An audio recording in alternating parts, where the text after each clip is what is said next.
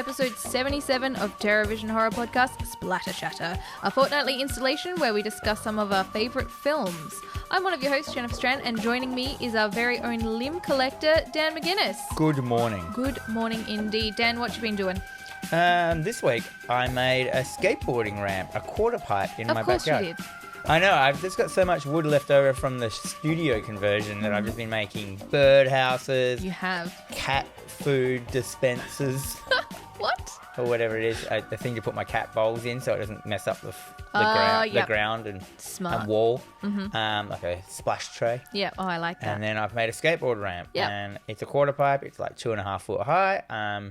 That's it. That's all I've really done this week is that and just survived. Just been me. Just been you, which is pretty good. I have been very busy at work as always leading into Christmas. It's just hectic.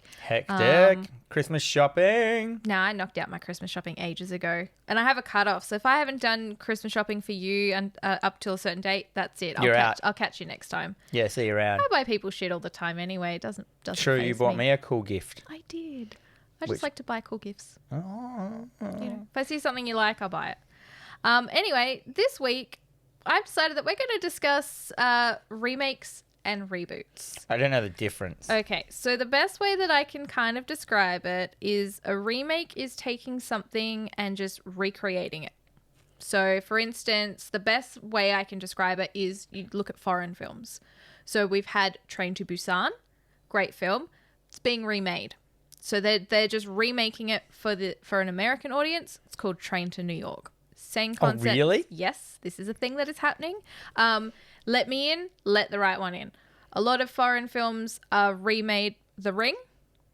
Shh, don't talk about it. I'm not going to talk about it. That is a remake. A reboot is where you sort of take the original concept, so Halloween, and we're just forgetting about everything else. And there was Halloween, and now there's Halloween trilogy that's happening right now. Still doesn't make sense to me. That's fine.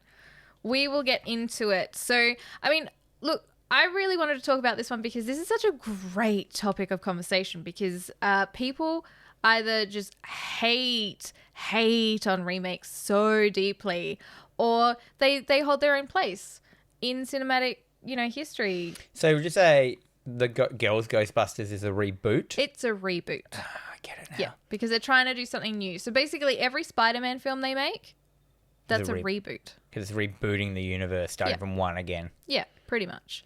But it's not. But then a remake is starting from one again as well. It is, but completely different. But it's, I know. It's weird, isn't it? It's so strange. But everyone has such a hold, like a nostalgic hold on a particular film that if someone were to come along and remake it, people either get really angry, which I don't understand, or it's just something new to introduce to a generation of people.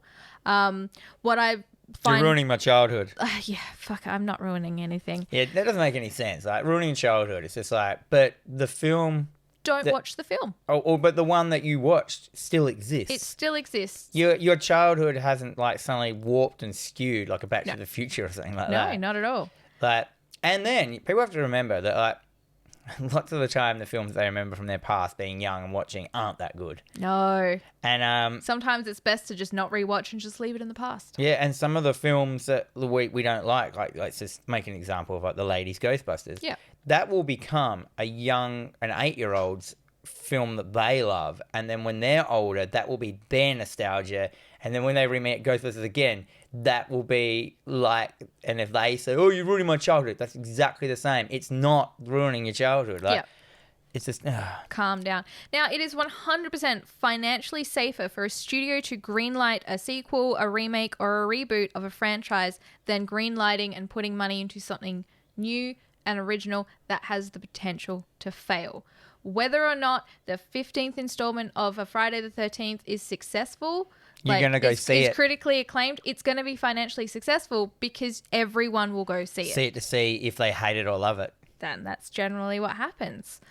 So yeah, I thought we'd kick off with just a few of our favorites. This is like lengthy though because we've gone into honorable mentions, we've gone into like dishonorable mentions. Lacklusters. Lacklustres. They're the ones that, They're like the Hellraiser. They promise forever and never deliver. Exactly. So with no further ado, Dan, do you want to kick us off? All mine are fucking bangers. I don't even know where to start, so I'm just going to start from the top of the list and work my way down. Yep. So my first one, 1982's John Carpenter, The Thing. Yes. The So Thing. The Thing is probably one of the most quintessential remakes of all time, and is definitely and it's always very high on the list of greatest films of all time. I know, and great best horror films of all time. The OG was like 1951, and it was called The Thing from Another World. Yeah. Yeah. Wow. You really just need The Thing. Have you ever seen it? Is that the one where it's a carrot? I think so, yeah. It's very similar. Yeah, it's like a vegetable-based monster. It's like The Thing with a major head or something. I can't remember. I've seen it years and years and years ago just because it was funny to me. Yeah, it was one of those is it black and white? It is definitely black and white, I don't watch much black and white these days, except for Clerks. That's true. But yeah, like The Thing is one of those films that it took something and completely turned it on its head and is just successful as all fuck. So is that a reboot? That would be a solid remake. Is it but it's like completely different. It is. I know. This is where it becomes kind of the grey area. The grey. Yeah. Yeah. It doesn't matter. Reboot, remake, it's so close in its meaning and it doesn't really matter. No. There's something existed before it. Yeah, it's homaging an old film or copying it. Who gives a fuck? Who does give a fuck? Because it doesn't matter, because if we don't have them, we don't get the movies like John Carpenter's The Thing, which is like 100% nothing like the original. No, it just kind of shares the same very similar premise, like the scientists in the middle of the Antarctic and this. They find an alien in the ice and blah, blah, blah. But yeah. Because I think, and the idea that I'm not sure if in the 51 version it assimilates people and copies them. I don't think it does. It did something though like that. I can't remember. It doesn't matter. No one's here to listen to us talk about films that we haven't seen. Yeah, that's true. But The Thing. Oh man, this is one of my favorite films of all times. It's always on your lists. Yeah, you can't go wrong. It's in my opinion nearly the perfect film. Like it's a bunch of manly men trapped in a fucking place. Doing man things. You can't trust the other men. Not that men even trust each other anyway. Yeah, that's true. Who's the thing? No one knows. It fucking eats you, like assimilates you into itself, and then just recreates you. And it knows everything about you, and that. So it in itself is a remake. Yeah. Oh shit! The Thing is a thing of a remake. Oh, Inception. And then if it gets discovered, if suddenly like you're an assimilation or whatever, a copy, it just fucking explodes out. It's like, fuck you then. You whatever. You ruined my fucking game. Didn't even want to hang out with you anyway, man. Yeah, and it turns things inside out. And it's traveled it's traveled from how many worlds we don't know. It's assimilated many, many, many things and stuff. It's got like, in my opinion, like every really good monster movie has to have an autopsy. Yeah. It's got 2 autopsy scenes in it, this one. Maybe even 3. It's just not enough. We should bring out a horror movie just called Autopsies. I would like that. And it just follows the autopsians. Yep. Which are aliens that just come down and give us autopsies. Sure. You should watch The Autopsy of Jane Doe. It's just a whole film about an autopsy of a witch. Oh, really? She got different organs? No, but a lot of weird supernatural spooky shit starts happening. It's a really good film. But her body itself has nothing interesting in it. She's just a person. Yeah. She doesn't have like 2 hearts or a witch heart. Don't think so. What's a witch heart? It's just like kind of like, I don't know, a muffler. Sure. No, I don't think so. Well, first on my list is, of course, it's got to be Piranha 3D for me. Why? Because this film is fucking awesome. I don't understand how you hate this film. We did this film as an episode. I loved the end of it. I just it was just, maybe I was in the wrong state of mind. It was just cringy. Yeah. But you got to get past the cringe. You got to embrace the cringe. It was all CG, wasn't it? It was pretty, like, we got some practical, but a lot of it was CG. I mean, that carnage at the end is like seeing where everything goes and people yeah. get mushed into the fucking boat propellers and all that shit is fucking amazing. But still, it's like all CG and I have to watch like an hour and a half of people that I hate before I got to that point. That is fair. Okay. Well, I love this film. So this one is directed by Alexander Aja, made in 2010. He actually did the remake of The Hills Have Eyes. So the Wes Craven film from 1978, I believe. I want to say 78, 77. So he is no stranger to the world of remakes and reboots. The original one, 1978, directed by Joe Dante. Wicked! I love the original as well. It is a lot of good fun. It's not as, obviously, as gory. Camp. It's camp in its own way, but it's sort of camp without it being camp. That doesn't make any sense, but I know what I'm talking about. So, yeah. What I love about this is it's just little fish. They were massive. In the remake they were, yeah. Yeah. Well, isn't that what piranhas are? As little fish? Yeah. In real life. Do piranhas actually eat people? I mean, they can, but I don't think they go around being like, you know what, I'm going to eat a person today. Yeah, but like, if you fell into a river full of piranhas, could you just like get nipped and then get out? Or are they fucking brutal? I don't think they're that brutal where you would die like you'd have your dick cut off like real quick. I think you could get out, but they are really fast. Like they can eat shit real quick. So you would probably like want to get out. I bet there's YouTube videos of this. There is 100% going to be YouTube videos for this. Piranhas eating things. Yeah. Just seeing if like, see they could how fast actually... it could be. Yeah, because I don't know how much it's been movie-sized, a piranha. But like, you know, Cujo and all those movies. Bit of exaggeration. That's fine. Just get out the car and run. No. Fucking Cujo. I couldn't outrun a dog. I could. I couldn't outrun a child. My second film is The Fly. Yes. From 1986. David Cronenberg. Fucking Jeff Goldblum. Yep. You can't really go. The OG was 1958, which I have seen, which is great. It's just this really, really, really, really long talking film, and then you get like 2 minutes of payoff at the end. Yeah, that's all you want in a film. I remember I was obsessed with the idea of like, because what is it? He's got the fly head in the original, and then he crushes it under a steel press. I'm not quite sure what it is he crushes his head in. It's like a press. So there is no evidence left. And I'm like, well, there would be these days. They'd just be like, well, that isn't human. DNA, like, look at that. It's all black and weird. And there's hair in it. There's fucking insect parts. Anyway, he crushes his head down. And his hand. He puts his hand in there, so there's no evidence left. And then the policeman is like, you know, he's eating his sanger. He's just heard the story of the witness account. He's sitting in the park and he's just like, help me. And he looks down and he just sees like this fly with like a man's like head and shoulder and one arm in a spider web, just as the big spider comes over and eats it. And he's like, looks at it and goes, oh, fuck.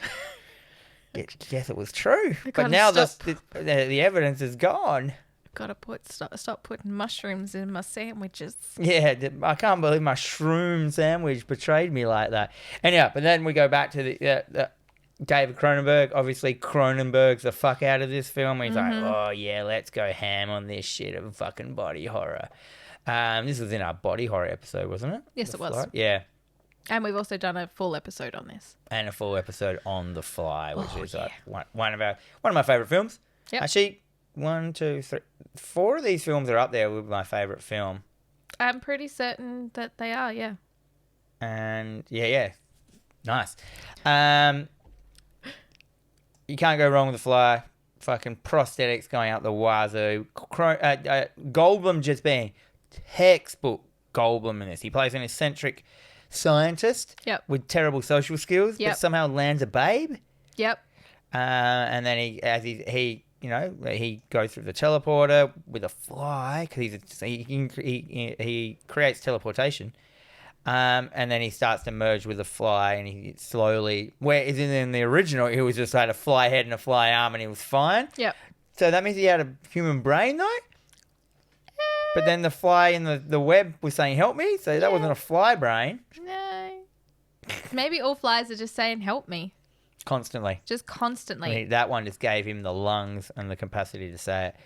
And then, obviously, the whole film is his, like, body transformation into becoming this fucking fly beast at the end. And it's fucking horrific. It's fucking gross, and I love it. It's such a gross film. He starts vomiting on food to digest it. Oh. Bits and pieces of him are falling off, and he keeps them as mementos. In his medicine cabinet. He sees dicks in there.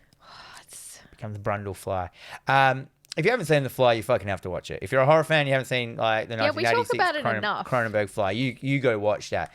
And as a reboot or a remake, I would call this one a reboot as well because it's heaps different from the first. Yeah. Or is it? No, it's not really. It's very similar. Well, he doesn't get crushed at the end because he turns into a full fly at the end of Cronenberg's one, and then that weird character that starts off as a bad guy and kind of has a whole fucking character arc and journey of becoming kind of not really the good guy, but at least the guy who's not a fly. Yeah. He does the shotgun blast near his head, but there's still the body left over. How do they explain that? And there's still the teleporting devices there. Yeah. So the world would be changed at that point. You pretty much just burn it all to the ground. Never speak of it again. Yeah, well, they probably needed a shot of the whole warehouse burning down or some shit because, like, that shit, humans aren't ready for that. No, well, that's Cronenberg, though. That's another film for down the track. Well, The Fly 2. Well, there's The Fly 2. Oh, yeah, and it was like a military installation where they were, like, developing the technology. And it had that scene that made me cry with a dog. Oh. The dog, like, is all mutated. No. And it's in a cage, like, and No, they I don't keep like it that. in this cage. Yeah, it made me cry when I watched it. Actually, full ball my eyes out. Don't like it. Don't like it at all. And I'm Legend. Cry to that dog dying as well. No, I don't watch a film where a dog isn't one of the main characters. A dog isn't the main character. No, if a dog is you don't one watch of the... any films where dogs aren't the main characters. No, it's purely Airbud all the time. And all dogs go to heaven. But then they died, so you I've didn't never watch... seen that film. Oh. No. I refuse to watch films where dogs... If a dog is prominent on the movie poster, I will avoid it. Because I know what's going to happen to this dog, and I'm going to cry about it. And I'm going to get upset thinking about it, and I'm going to cry about it. I like one of these days is like when people mention there's a dog in the film, they'll often say, don't worry, it doesn't die. Yeah. That's a weird vibe. That's a prerequisite. Like, there's a cool dog in it, but don't worry, it doesn't die. It doesn't get hurt. I'm like, it better not. But don't worry, it doesn't die. Yeah. You're fine. You Like, can watch 15 other people die brutally, but the dog's fine. Milo and Otis, don't worry, the dog doesn't die in the film. We Yeah. just killed heaps of them in the making of it. Oh, my God. That's a film that's... Yep, never watching that again. Yucky poo. What's your next one? Anyway, my next one is It, because of course it is. And it's one film to me, that. It is, like, I'll count it as one film just because. So this one, 2017, Andy Muschietti, however you pronounce it, and the original was 1990, directed by Tommy Lee Wallace and starring the infamous Tim Curry as Pennywise. Now, I like both of them. They're like, both I'm good. really fond of them. They both are very similar in you love the first half with the kids because the kids are more relatable. You care about them. As the film progresses and they become adults, you kind of lose a little bit of interest in it. Like, it's like, oh, I don't really care about you. Like, you know, if you live or die, whatever, it's fine. But I loved this remake, and I really don't give a shit what anyone else thinks. This remake also became, like... Pennywise now, this film is like a gateway horror film for kids. Yeah. Like the amount of It's fucking Pennywise... horror. They shouldn't be watching it. No, the but amount they of do. stuff that I've sold to kids, like Pennywise-based stuff. You know, you get like 6-year-olds coming up going, "Oh, it's Pennywise!" Like, "Oh, cool, Pennywise!" Like, Yeah, have when you I watched did like the film? when I did book week, do you remember? And the kids dress up. There were heaps of Pennywises at all the schools. It's like, Like what? the new Pennywise, Yes. not the Jim Curry one. But yeah, I mean, it brought horror back to the cinema. Yes. I remember, man, we went all out of the cinemas. When I saw it the first time, there were all the ushers were dressed in the raincoats and had the I balloons. wish I'd have seen that. Halfway through, I went to a gold class. Halfway Yeah. through, like, you know, the fucking, they had a Pennywise like clown walk through the cinema and Yep. shit. They went all out. People were just like on board because it was like you got good actors, you got fucking great effect, and it was such a loved novel that people like no one ghostbusted this one. You know what I mean? They didn't fucking hate it. No. Everyone was just like, oh fuck, it's gonna be I wicked. think everybody was pretty on board. I mean, there's always going to be people that are sitting at home over their keyboards like, this fucking bullshit. I haven't even seen it, but it's fucking bullshit. Whatever. I don't care about Yeah, what people you hating on the Ghostbusters film already. It hasn't come out yet. Yeah. I Maybe don't it know. has somewhere. It's out in America. But yeah, so like what I really like that this did that sort of set it apart from the original, because the original just didn't go into the detail of Pennywise as like the lore, whereas the 2017 one, it sort of delves more deeply into that, integrating it into the film, because you kind of the 1990s one is like very sort of confusing as to like, well, what is it, why is it here? This one explains it all in detail, but it also had like 2 whole films to do it. I like that that vibe of it is they get the expert. You know, I love an expert. Oh, yeah. But like it didn't really work. Like they didn't really know, because I always think that how do they know this? But that was like, you remember, like you trap it in the pot or whatever it was. Yeah. You put something of yours in there. I can't remember what it was. You find your token, your spirit animal, whatever it was. Yeah. And had that whole scene. That was a little bit exhausting when you just went from one to the other. Yeah. I thought they could have spread that out a bit more in the film, as not just it was seriously like a section of the film was just each person's finding their fucking power animal or whatever it was. Their spirit animal, their totem. And I thought that could have been done a little bit more better, as in not just one after the other, making it an exhausting role, because you just knew, oh, okay, there's going to be a scene here where they're going to have something happen to them, and then they're just going to find the thing at the end. Like, it happened 4 times. Well, that's what happens. That's how the film works. But the film works for me like perfectly. You know, the seeing it at the cinema for the very first time, and in my mind, I'm like, okay, this kid, Georgie, this scene needs to happen. And they fucking delivered. Like the fact that you know, the sewer scene between him and the kid is insanely good. And then Which thing? the scene at the beginning where Georgie loses his boat and he fucking bites his arm off. Because that's the thing that you know, they wouldn't do it in the 90s version. It was very tame.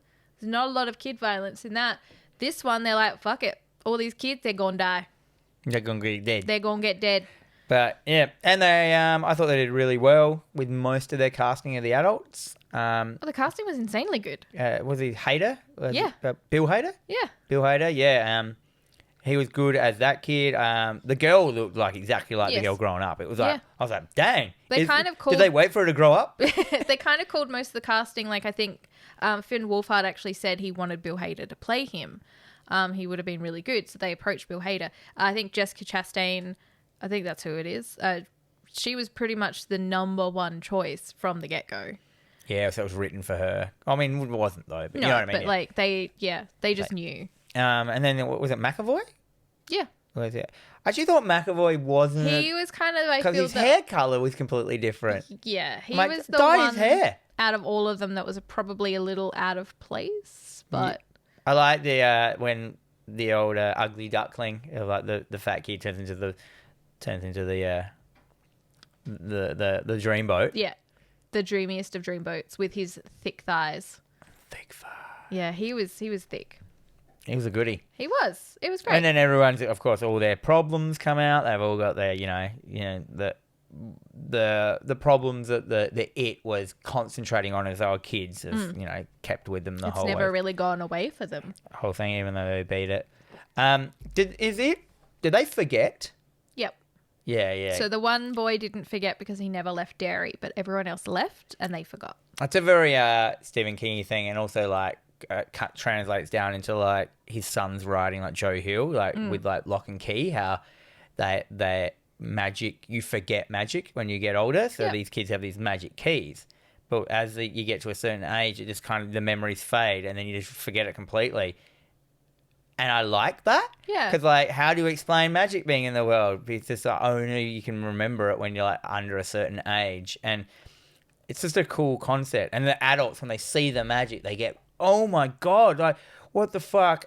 And then they just wait. And they go, like, pretty soon you won't even know what we're talking about. What do you mean? This is amazing. And then after a while, they kind of just go, like, and then they start talking about something else. And then they're like, what about the magic? And they're like, what are you talking about? And I'm like, it's cool. Okay. But that's a very... Stephen King followed through to Joe Hill, which I don't know his real name, and then the other King kid, I think, is doing writing as well. Okay. But yeah, Joe Hill does all the comics now. It's fucking wicked, and he's now in charge of DC's horror whole imprint called Hill House. Yeah, right. And the new one has just come out last week, called Daphne Byrne, It's the first horror one, which you haven't got, which you probably would want to get. Yeah, probably. We'll get it in and I'll get it. Anyhow, yeah, it's fucking sick. It's in my top horror films of all time. Yep. I fucking love it. It's wicked. The Fly, The Thing, The It. All of them. It's great. All right. What's your next one? It's me. Oh, yeah, I took over yours then. Sorry. That's fine. My next one is my honorable that's The Ring. The Ring remake 2002 would have to be up there with one of my favorite horror films that I've watched so many times. I used to show it to people like who weren't really into horror films at the time when we were younger, and we'd watch it and they'd be like, "Whoa, that's fucking sick!" And I would have my mobile phone ready and then make the phone ring that's right next to them at the. You were that guy. Yeah, I had my little fucking play, my little scene planned out. And I'd do it, and it always went down a treat. Yeah, I like that. 2002 remake based on the original Japanese 1998, which isn't very much. No. Earlier. But that's the thing with foreign films. If a film is successful, I mean, I don't want to be rude, but let's face it. And this is just me working in cinemas, Ring, Grudge, people don't want to read subtitles. Yeah, it's true. So they I don't mind subtitles, but sometimes I just, like, if we did...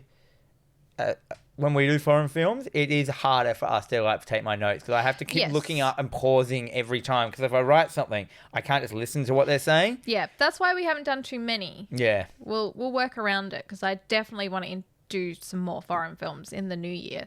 But yeah, like the majority of cinema goers don't want to watch a film with subtitles, so they remake them, and they're generally, depending on how successful, they come out real quick. Yeah, but. The rule of thumb is they're not usually as good as the original, but I think the American remake is better than the original Japanese one. It really gave it. They really went. I know people are going to fucking go, no, you're fucking wrong. Well, it's an opinion. Yeah, it's true. We used to, for every Halloween at my shop, used to play, remember the Ring videos in the window? Like, so it was just the American Ring video followed by the Japanese Ring video. They're okay. I think the Ring, the American one, It put the visuals of it were quite better cut together, more like quicker and scarier kind of thing, and more weirder and unnerving. Where the Japanese ones were a bit longer cuts. It went for longer, and it had Japanese letters in there, and that's so we didn't even know what that meant, kind of thing. But yeah, I did like some of them though. There's like the maggots, and then it turns into people. Like writhing around in water. That was kind of cool. Yeah. But the American one had like the upside down chair, the horses, the burning tree, the finger with the nail going through. I don't like that bit. Like the playing with depth with the camera, with the centipede walking out from underneath the table. Yeah. Really, really, really just good film. And you go through that whole journey of her, studying the film. Every bit of it has, a meaning. And, if you solve it, you can get out of it. No, you can't. No. It's not. It's there because it's burnt itself into, existence through what happened. It's not a fucking treasure map to not get killed. Yeah. It's just this happened, cunts. You're all... And that's what I like about Japanese horror. You can't win. Yeah, no, that's... Because, sometimes you do like to get to the end of the film and you're like, oh, yay, everyone's happy, it's all resolved. Sometimes I just want to watch a film where it's not. Well, that's the thing with all the Japanese horror. Part of the horror is you can't win. Yeah. And you wouldn't be able to win. There isn't an expert usually. There isn't a fucking a book or an item that tells you how to trap the evil forever. Usually, if something has manifested itself as evil in the world, you aren't going to be able to even touch it. No. Or do anything. Like Nori and all that stuff. You can't win. No. You can't win. Don't try. The Grudge and all that. No one wins. No. And that's just the thing with Japanese horror. The horror is that you're in it. You fucked up. You're there. You just have to wait until you're going to die. Which is what makes it perfect, because it's how, you can do so many different things with it, because it's like how every person interacts with something differently. Like you interact with a situation completely differently to the next person. And that's what makes for an interesting film, because full well that this person's not going to get through it, but they're going to go about it this way, whereas this person's going to go about it this way. And the results are going to be very different along the way, but the end result is going to be the same thing. Get killed by television. Always, always, always. But as the thing, as I said, this is one of those things that I feel like is just as good as the original. I'm not going to say better. It's just as good. Yeah. Which is hard to do, man. Like, I think Well, it's a studio film as well. That's the thing. It's not just like... I mean, they're all studio films, but it's a bigger studio film. Was it an Australian actress, that lady? Yeah, Naomi Watts. Yeah, Naomi Watts. Fucking cracker of an act. She's awesome. Because then there's the second one, which I have... There is a couple. I've seen Rings. Yep. Rings is rubbish. Yep. I watched it and I'm like... I was expecting something better than this. Like, you know, it's got a cult of the ring and all this stuff. There is the second one, which I have watched, but you don't need to. Don't even bother. Just stop at Ring. It does everything. Everything the original Ring does, none of the other films, like, advance on that kind of thing. I know that they were, like, trying to do... It's cash grabs. Yeah. I mean, Rings, they were trying to do something. Like, it had evolved out of VHS into YouTube videos. And it's a good idea, but the execution was rubbish. And in the end, though, it was just like, you know, you got the idea.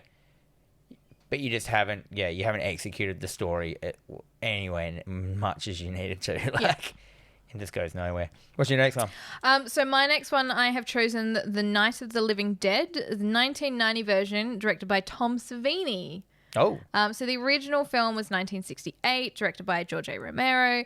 It's basically just almost a shot-for-shot remake of this film. Oh, really? Yeah, but it's done Savini style. So we've got better zombie effects, we've got better gore, we've got just, you know, zombie. We've got a lot of zombie, we've got a lot of blood, we've got people eating people rather than, you know, because Romero's version was very slow moving. It was very, you know, not a lot was really happening going through. There's not a lot of action. There's not a lot to sort of keep people interested. Like, I couldn't show Night of the Living Dead to so many people. I couldn't show it to Liz. She doesn't have the attention span for something that's slow moving. But get her to sit down and watch the 1990 version, she's in because there's shit going on. There is action. There is running around. There is, you know, the blood, the gore, There's so many of these films, like, as in not so many, but like there are so many just slight variations of the name. Yeah. And then so many remakes and reboots of it that I don't know which ones are which. I actually had to look it up then to see which one you were talking. Because then there's Return of the Living Dead. There's like the comedy ones and stuff like that. Return of the Living Dead 2. Different. Yeah, that's a whole different freaking... Night of the Living... And then there's like Army of the Dead and all that crap now. It's still going. Yeah. But then, there's like Night of the Living Dead and then there's like Day of the Dead. And then there's two of them. Yeah. And like, I'm like... Dawn of the Dead. That was another remake. Oh, yeah, Dawn of the Dead. Yeah. Wait, is this part of Dawn of the Dead? Night of the Living Dead? Well, yeah, so there's Night of the Living Dead, But this is Dawn of the Dead, whole... Day of the Dead. That's part of the trilogy. And then Zack Snyder remade Dawn of the Dead because I think it's just fun to do. And then Return of the Living Dead are just the comedy ones. They're just, so they're not technically part of that, but they're different. I think you just put dead at the end of it and it's fine. You put dead at the end of it and it's instantly in this genre.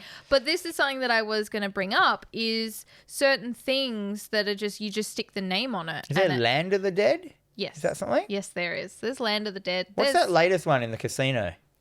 Wasn't that Army of the Dead? Oh, that was Army of the Dead. And there's a spin-off now of that already? Apparently. I don't know. It's so silly. But films that just sort of present themselves as with the title and it's just another incarnation of this film, but it's not. So the best one that I can describe is recently I watched the latest Wrong Turn film. It's always the idea of that thing. So it's like the whole premise of the film is like, you did a wrong turn. Like, what do you mean? You didn't, like, pick up a cursed artifact. You didn't, like, piss on someone's grave. You just turned the wrong way. Get real? It's true. This film was quite enjoyable. Like, This is the hillbilly one? Or are they cannibals or something? Or? This is different. Is that what the original one was, though? Yeah. Yeah. But this one, it turned wrong. They did. They turned wrong, and then but there were all the warnings, don't go over here. There's like a whole other civilization living within these woods. That were just down that turn. But they won't touch you or interact with you unless you turn wrong. But this Turn. film would have been really good as a standalone film had they have put a little bit more time and effort. But you get people in seats because it's a wrong turn film. Yeah, right. It's part of the franchise. I'm not an ambi-turner.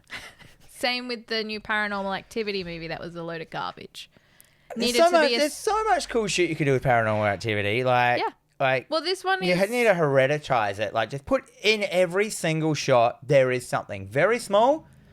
You know, you can go back through it. Right, run 3 storylines through it that have nothing to do with the main storyline that are told through just shit in the background. I would love that. Like Animalia. Yeah. Or that fucking... What's that book? Have you heard of that novel? It's called something Jawbone. No. There's something... it's like The Broken Jawbone or something like that. So it's a novel that got written in like the 50s or 40s or something. It's a whodunit mystery and they still haven't solved it. One person has solved it ever and they didn't say what it was. They have solved it and it's still a thing. And there's a young girl YouTube video or TikTok. It's gone crazy because she is fucking, red threading this shit together and it's like the hardest riddle you can solve ever and thing. And I was like, oh, yeah, I should get that for the shop. You can't buy it anywhere anymore. But it's like this massive resurgence. It's something Jawbone. Oh, my God. I'm gonna Just look it up now, I'm quickly. gonna put the Jawbone. Book. Jawbone. Book.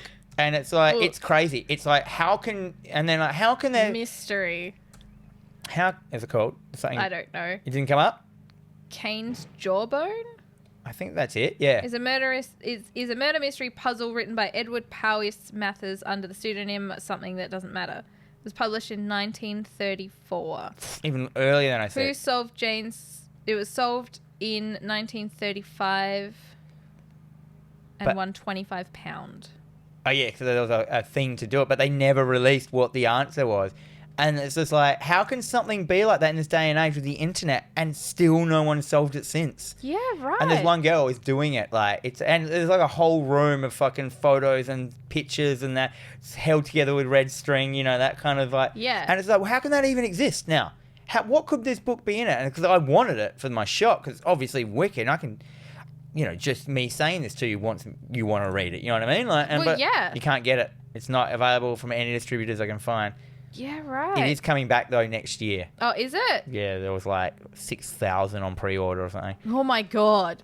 Yeah, right. Okay. Well, it's probably one of those books that I would just find randomly at the Port Adelaide markets when I find all my books. Anyhow, that was I like an offshoot. Yeah, whatever. But how crazy is that? The idea in this day and age? Yeah, that can't happen. No. But it must be. How can it be that? I mean, Batman will have to solve it. Yeah. With his Bat computer. Yeah, that's how it's done. Anyhow, that was my segue. Segue? Yeah, that's right. Yep. Into yours. What? My last one is Evil Dead from 2013. I was pleasantly surprised. You were, and you were so adamant you weren't going to watch it because DX watched it and hated it. No, I don't think it was that. It was just like, I think I did watch it, but I hold Evil Dead so close to my heart. You do, yeah. That I did a fucking idiot. I was like, no matter what was going to come on the screen, I wasn't going to like it. And the moment it wasn't exactly like the original Evil Dead, I didn't like it. But coming back with fresh eyes and looking at it and just going, well, it's its own film. Let's have a look to see what it is. I realized the fucking gore in it's wicked. The terror is wicked. It is different than Evil Dead. Like, the original Evil Dead doesn't have any suspense. It doesn't have any, true terror. It just has interesting visual effects, which is what I love. Yeah. But yeah, this was a really good horror film. It's a fucking brutal watch. I mean, it's not brutal watch as in watching Cannibal Holocaust brutal watch, but it's just nothing but negative fucking beating on this poor girl who's already going through drug withdrawals. They did the old cheeky, it's not, the original is called The Evil Dead. This is just called Evil Dead. They dropped the "the," which is ruined my what they're list. doing with the new Texas Chainsaw Massacre. They do it with a lot of things now, just drop the. Yeah. But it was produced. I didn't know this until I looked up. I didn't realize it was produced by Bruce Campbell. Yeah. And Sam Raimi. So it's weird that he produced it, kind of got in there and that. So yeah, for some weird reason, I didn't think Sam Raimi had anything to do with it, but he did. Yeah. So why wouldn't it be good? Exactly. But that's the thing though, everyone talks a lot about fan service as well, and it's like, oh, this is just fan service, but isn't that what you want? Yeah. You want more Evil Dead. If Sam Raimi and Bruce Campbell can't make one, someone's willing to make one. They've got a good script. These people are going to be behind it. Fucking make it. That's how we got Freddy vs. Jason. I can't believe how good the Evil Dead TV show was.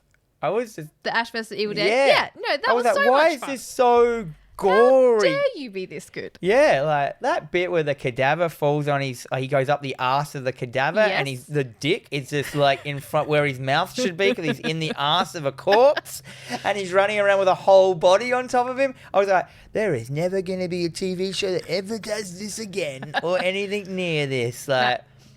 Oh, man. And then there's the demon, the Deadite children, and I actually thought they were fucking great. Like, every part of it. You got 2 new characters that were interesting. Like, you know, it wasn't just Bruce Campbell being old and that. They had, like, Pablo and the other girl. Yep, that girl. Yeah, and now they're... what happened to the Evil Dead game? Well, that's coming. I think it's next year. I'm very excited. Yeah, I love those exciting games, but I don't know how many friends to play those multiplayer games. And I tried to make you play those games with me. You didn't. Well, now I've got a PlayStation 5. Have you? Yes. When did that happen? Like a week or 2 ago. Why didn't you say that as something that's happened in your life at the start? I forget that that's a thing that people care about. Fuck. But yeah, I have a PlayStation 5. We can play together. Yes. I know, it's exciting. Is it you or Liz got it? Or did you get it? Well, Liz bought it, but she claims it was for me. Oh, well, she's such an Xbox. She is an Xbox person. She's just an Xbox? Yeah. I married an Xbox. Your girlfriend's such an Xbox. But yeah, so I mean, even the Evil Dead series is being rebooted again or remade again, whatever you want to call it, because there's going to be Evil Dead High Rise. Yeah. So it's basically just Demons 2. And then also Evil Dead 2 from 1987. It was a remake of just Evil Dead, the Evil Dead. Yep. Because it never made sense to me as a kid. It was like, I kept on going, why would he go back to the cabin and just bring another girlfriend? Yeah. Like, I never got that as a kid. And when I saw the making, they're like, oh, we just kind of just remade it. Yeah. So, the Evil Dead franchise. Is there only one film?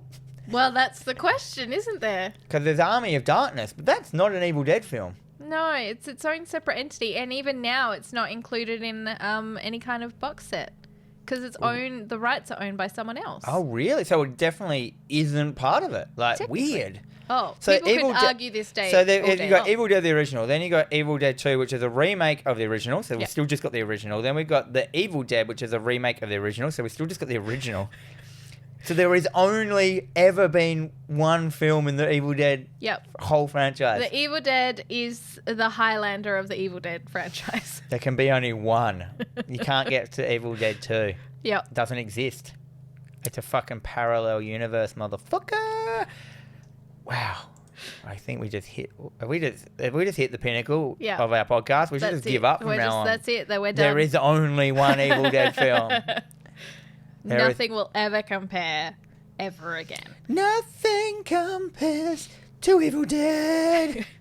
Well, leading into my last film, I was sort of umming and ahhing about what I was going to put on this. And then I saw you did a whole heap of honorable mentions. So I am going to stand by my Texas Chainsaw Massacre 2003, directed by Marcus Nispel.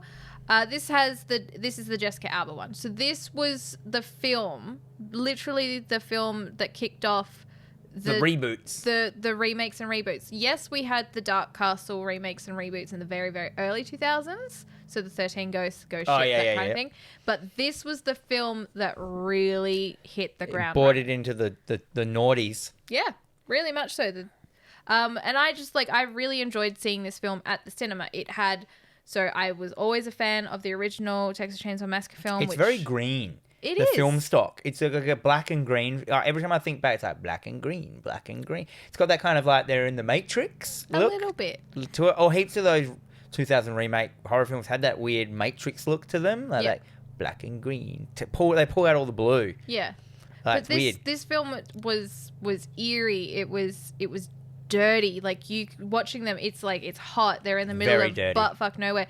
And you just feel hot. You feel dirty watching this film. They're just sweaty. They're just covered in dust. Yeah, there's sweat, and then the sweat cakes on the dust on them, and then that becomes black dirt on them. Yep, and then it's just getting grosser and grosser. And this was where as well, they started using special effects a little bit more rather than the practical. But that scene at the beginning, like you always talk about that scene as well whenever we just bring up Texas Chainsaw, is the scene where the girl shoots herself in the, like, she puts a gun in her mouth. The hitchhiker, which is a lady, isn't it? Yeah, it's a lady, and she pulls out a gun, she shoots herself in the mouth, and then we get this shot coming. No, first we get a shot of all their reactions, so like from the POV of the lady that's killed herself, and then the camera pulls back, and it goes through their headshot, and then the body goes like and falls down. It just falls, and that was a practical effect. Yeah. Which was really cool. I mean, as they well. didn't do that as a practical effect. They put idiots. Yeah. That was a great effect. So there's so much out of this, like the family. It sort of goes deeper into the lore of the family. And I think that's why I kind of don't mind a remake or a reboot if they're going to add something extra to make me really get into the franchise. Like Texas Chainsaw Massacre, it's a great standalone film. Texas Chainsaw Massacre 2, great standalone film.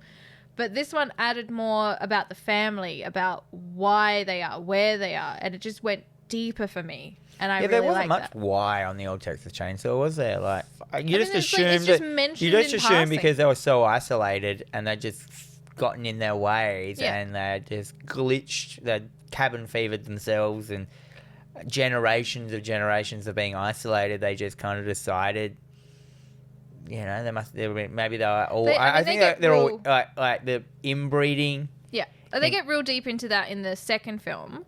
In Texas Chainsaw Massacre 2, the remake, they talk about the second one with that we watched recently. What, with the fucking guy with the scratchy head? Yeah, they talk about that a lot. It's like, but this one really goes and sort of pulls it in more, and it's sort of like the whole town knows. The whole town is kind of in on it as well, which is what I really like. You know, it is fast paced. It's useless once you're there. Once you're in it, you're in it. Yeah, you're in it. It's got the Japanese vibe. You're not getting out. She did get out though. She did, yes. But she didn't though, because that's the kind of thing where it's just like the real horror is living through it, is not dying. Yes, which is where I'm looking forward to the Final Girl Support Group TV series. You should check that book out. That's really good. It's about all the Final Girls. How do they find each other? Through a support group. Yeah, but like through therapy and shit. Where would they find that? Well, read the book. It's a great book. But anyway, so yes, I'm calling it. I will put Texas Chainsaw Massacre on because I did really enjoy this. This also came out right around a good time for me. I was like 18 or something.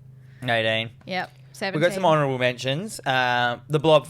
We did the Blob last week. It's one of the greatest remakes, but I don't want to get much into it because we've already just done a whole episode on it. The Blob, 1988. Yep. OG, 1958. Fucking sick. That's a true blue. That's in like the Thing category of awesome remakes. Like, you know, it's brought it to a whole new generation, which is basically what remakes. That's what they're for. Yeah. And to make money, but like that too. And I'm fine with bringing shit to a whole new generation. People who get angry go, "Oh, it's my generation. You've ruined it."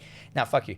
But I've got friends who just refuse to watch any film from the 80s because it's too old.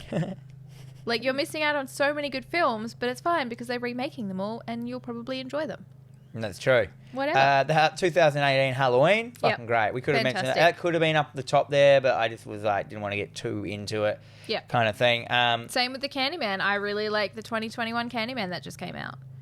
Yeah, it was all right. That was really good. For me, that was solid film. But that's in the 2021 remakes, and they're a next generation kind of thing, like the 2020 Invisible Man. Oh, I loved that film. Yeah, but that's kind of like, that's past like that, the noughties. This is like the 20s or whatever they call it. I don't know what they call it. The 20s, It's not the 19, the 2020s. Like this is a new generation of remakes and stuff like that. So they're doing them all again. Which they have been doing, kind of thing. There's a whole bunch of there was like the Texas Chainsaw Massacres and the new Texas. There is a new Texas Chainsaw Massacre. Some pictures actually went up this morning, and I'm very excited by it. It's just called Texas Chainsaw Massacre, and it's meant to be a direct sequel. Not the Texas Chainsaw Massacre. No, not the. They dropped the. This is meant to be a direct sequel from the original film. So we're forgetting about all of the others.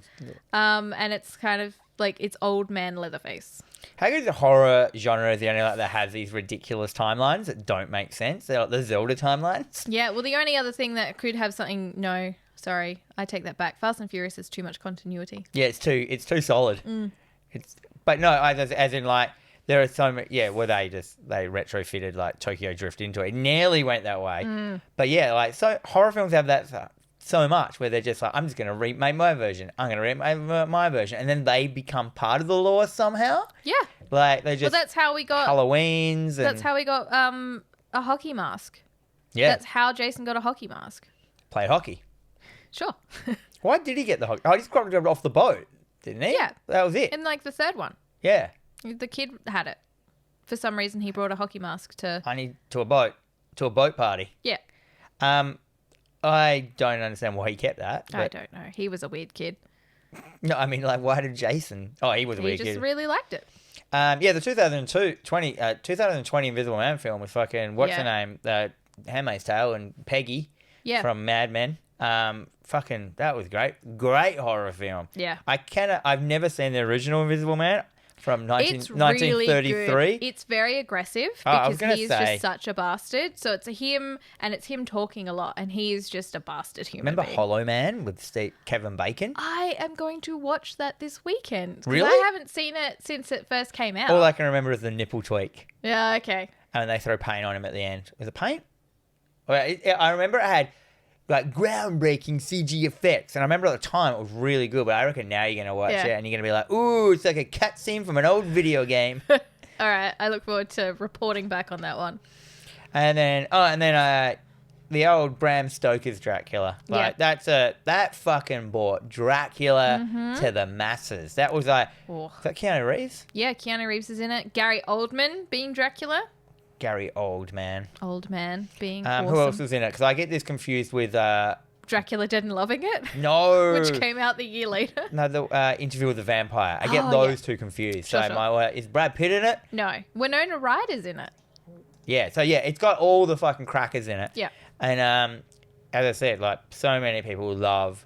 I should rewatch it. I haven't watched it since the 90s. I wonder if it's still good. Oh, yeah, it is. Which is the one that has the girl who's the young vampire? That's Interview with the Vampire, yeah. They're also... They're all the same. I'm chucking on, for my honourable mentions list, I don't hate the...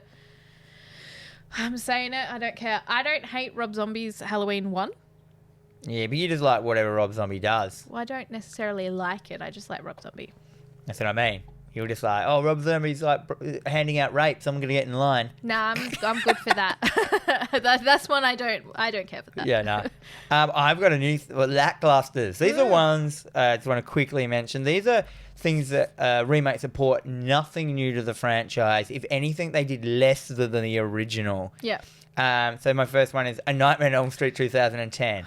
My word. I think there is just... You just dropped that shit into a meat grinder and then followed it up with your dick into the meat grinder. It is not fun. It's not fun. It's not good. You cannot... I'm not going to say you cannot remake a film. You can fucking do whatever you want. But the whole thing about Freddy, it's fun. Yeah, fun, and... This is 2010. You have the opportunity to fucking go ham on dreams. Yes. They didn't do fucking anything with it. It was just like, oh, look, I'm in the boiler room. I'm in a dream. I'm like, no, go crazy with that fucking dream shit. If they were going to remake Nightmare on Elm Street now, it should just fucking be mind-bending dream and like really well-executed dream stuff. Like think what a dream's like. It's like, it's like fleeting, quick scenes that are very quick, but not everything is fluid, and no one ever goes like, "Oh, that's weird that now I'm in a stagecoach." Yeah. When a second ago, you just go with it, and it should just be that kind of like we'll try and work on making it feel like a dream. There was something recently we did what I thought really felt like a dream.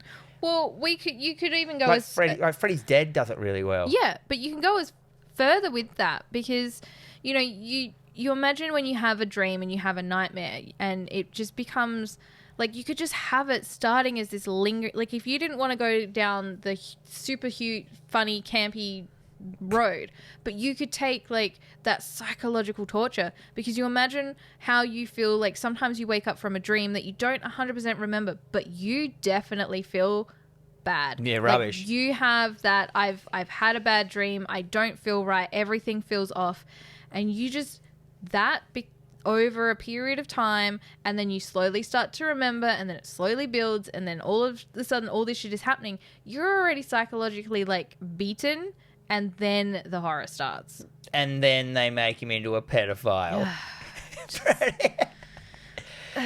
I know. And then the next one on my list was like fucking Pet Sematary 2019. Bought nothing. Nah. Like, I'm just like, watched it. I was just like, yeah. It's a film. Yeah, it was such a drink of water. And I was just like, Pet Sematary, the first one, fucking was powerful to me. I remember I don't know. I've never read the book, Stephen King. And I assume the book's better. But like, it had this real fucking sickening feeling to it, the whole film. I mean, it starts with the child murders and all that shit, and like, you know, getting hit by a truck and that, and then just the desperateness of it, and like, I don't know. This one had a lot of like, it was more about the Pet Cemetery, like itself. I know it's called Pet Cemetery. Look, I like folklore. I love that it's got an S as well for cemetery. And do you know, for years I just didn't realise it was like a spelling mistake. Yeah, oh, that's all right. Because never really thought about it. Like, I like folklore, and I like that kind of thing. So, because I think they integrated like the Wendigo into a lot of that film. So that for me is fine, but do something with it. Don't just talk about it. There was like lots of like climbing wood piles in it that were like, I couldn't quite fathom what the wood pile was, why you just didn't walk around it and shit. Like, you know what I mean? Like, I don't understand how you could have a pile of wood that is so intimidating that you can't get around it. Because what is it, like just a fucking gigantic fucking, you know, wall of China of wood? It wasn't. Like, it just didn't sit with me well, heaps of the decisions. And then the other one was the Poltergeist 2015. Not a bad film.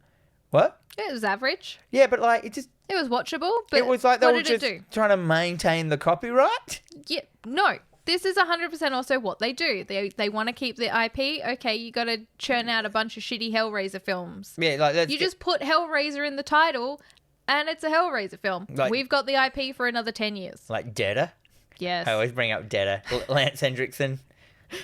Which is like, you get to think, like, Lance Hendrickson in a Hellraiser film, it must be wicked. And it's about a video game instead of the puzzle box. Yeah. Called Deader. Yep. And I'm like, Deader's a pretty good name for a game. I'm surprised they haven't done it yet. Yeah.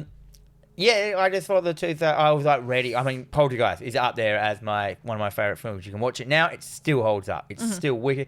It's super interesting. It just didn't have that in it. It was just like, cool, you got the clown. You got it in there. You've got it all in there. It just didn't execute well because like... Well, why would I watch that? Which is exactly when I could just watch the original one. Yeah. And like I think that's the difference between what holds up and what doesn't. It was a bit of a CG mess as well. Yeah. Like I would sit down and I will happily sit down and watch the OG Texas Chainsaw Massacre as a standalone film. And then I would happily sit down and watch the remake as a standalone film. Yeah, there's no reason. Poltergeist, it's just watching a okay film. I could just watch the original Poltergeist. Do you have any others you can think of that were just fucking just like unnecessary? Oh, I've lost it all. I should have written it down. I was gonna say the Halloween, but you can. It's not a fantastic film. Like it did something new with the Halloween lore, but it also, what I like about the Halloween films is you just don't know. Whereas they go so much into why this kid is the way he is and why he grows up to be Michael Myers. And that kind of takes it away from me. Like, they didn't need that. Like, if he wanted to do a straight-up remake, he could have just done a straight-up remake without having to go into all that. Yeah. Well, I reckon that's about it, right? I think we've gone... I mean, we can't go over it forever. I mean, there are so many other remakes out there of horror films. Do you like them? Do you think they're good? You know? Tell us on our socials. Well, you do, and I love all the interactions. So, yeah, that's going to do it. But before we sign off, I'd just like to shout out to everyone who has interacted with us over the last couple of weeks and helped us grow, as always. Dion Cracknell, we love you. Bryn Phillips, you're okay. Adam Gillespie, Kevin Patterson. Adam Gillespie's a top notch. Now you have to give everyone a little... Oh, Adam Gillespie, you're a projectionist. Good on you. Kevin Patterson, you're in America, I believe. Oh, really? You're great. Tassie Devil, I don't know much about you, but I will. But I like your cartoon representation. Exactly. Mark of the Damned, you're always making comments and I love it. And Ringo Starlin, you're friends with Dan and that's okay with me. You live in the UK. Yeah.